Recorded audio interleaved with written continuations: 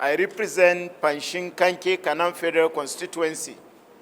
Mr. Speaker, I'm from Plateau State. Mr. Speaker, it was indeed a budget of renewed hope, looking at the content and the context upon which Mr. President, the President of the Federal Republic of Nigeria, spoke and addressed the people of Nigeria in this hallowed chamber yesterday. Unless you don't listen, and unless you have no privilege to go the four angles of this budget presentation, then you will not understand that Mr. President is a man that keeps to his words by articulating and packaging all his campaign promises to the people of Nigeria in the document presented to us yesterday. Mr. Speaker, the foundation for renewed hope was laid yesterday. But I want to amplify what my brother, good friend, said, Honorable Babao Jaha, and the last speaker, that we are the civil or whatever engineers that our work will either make or mar the commitment of Mr. President. If you look at the content of the budget of 27.5 trillion, and when you look at the debt service, which amounted to 9.9 trillion, Mr. Speaker, if you are privileged to engage in the last 4 years budget, you will know that there is a little deviation for the better from a way and manner upon which our budget is being prepared and presented. Mr. Speaker, this has shown the fact that we are now in the era that you cannot borrow money to fund personal expenditure. When you look at the segment of this budget and how it's been separated, you will definitely know that Mr. President is ready for business, he's ready to make our budget function, and he's ready to make sure that he has bettered the lot of the people of Nigeria. Particularly, as I said, 9.9 trillion being invested for servicing of debt. It means, therefore, that there is sense of belonging, and the future to come will be able to consolidate on this budget. Mr. Speaker, constitutionally, what is the role of government? The primary responsibility of government is protection of lives and properties of the citizenry. Mr. Speaker, the Constitution is very clear about that.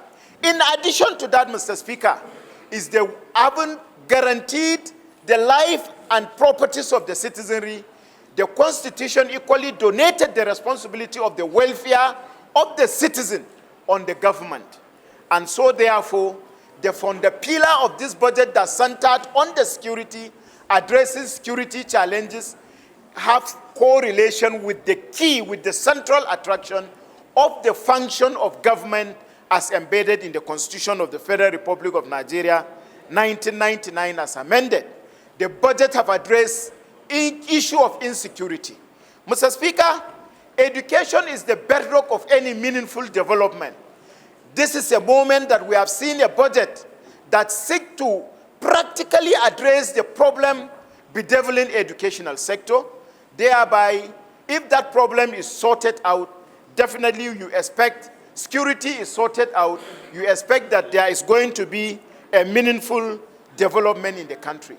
Sectorially, if you take it like the leader of this Honorable House have put together, addressing this budget from one sector to another, the key hallmarks of it, Mr. Speaker, is security, is education, is health, etc., etc.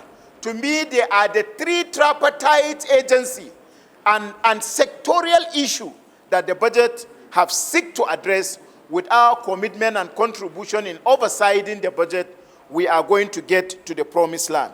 Mr. Speaker, our own is to provide robust oversight engagement.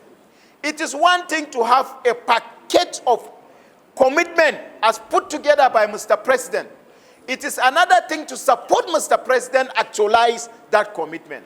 Mr. Speaker, I want to call on our honorable colleagues to ensure that we have done what Nigerian people have asked us here to do by providing robust oversight to all the ministry, departments, and agencies of government in ensuring that they have supported Mr. President in delivering both dividends of democracy and good governance to the people of Nigeria. Until this is done, Mr. Speaker, no matter how beautiful the budget looks like, no matter the good intention of Mr. President, he is one person that superintends over the activities of this country. He coordinates the executive arm of government. So if proper oversight is not provided by this House and the Senate, do not hope that the beauty of the content of this budget will be satisfied. Do not hope that the bettering of the lots of the common man in Nigeria will be attended to. Do not hope that the expectation of Mr. President will be satisfied until we sit down and come out clean and clear to discharge our functions of providing oversight to those ministries and agencies of government. Finally, Mr. Speaker, while appreciating Mr. President for coming up with this document, I call on the people of Nigeria. We need to pray for leaders and pray for government. That will equally assist us in our spiritual cleansing of giving him the commitment, giving him the strength, giving him the protection to deliver on his campaign promises to the people of Nigeria. Thank you, Mr. Speaker, for giving me this opportunity to add value to this debate on the 2024 budget as proposed by Mr. President. Thank you, Honorable Gadi.